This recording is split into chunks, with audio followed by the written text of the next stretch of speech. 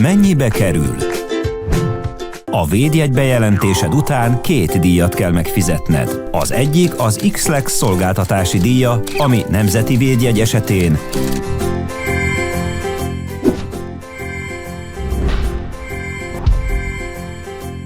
EU-s és más országbeli védjegy esetén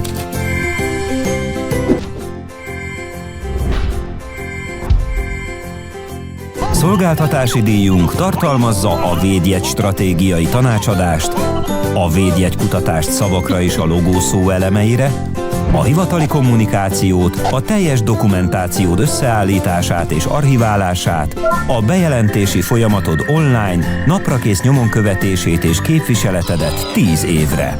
Ezen felül az X-Lex nem számít fel neked semmilyen más díjat. A másik fizetési kötelezettséged a hivatali eljárási illeték lesz.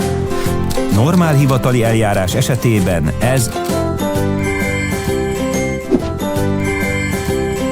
10-11 hónap alatt bírálják el és lajstromozzák a védjegyedet. Az X-Lex a piacon a legmagasabb szintű iparági szakértők tudása mellett biztosítja a védjegy bejelentésedet.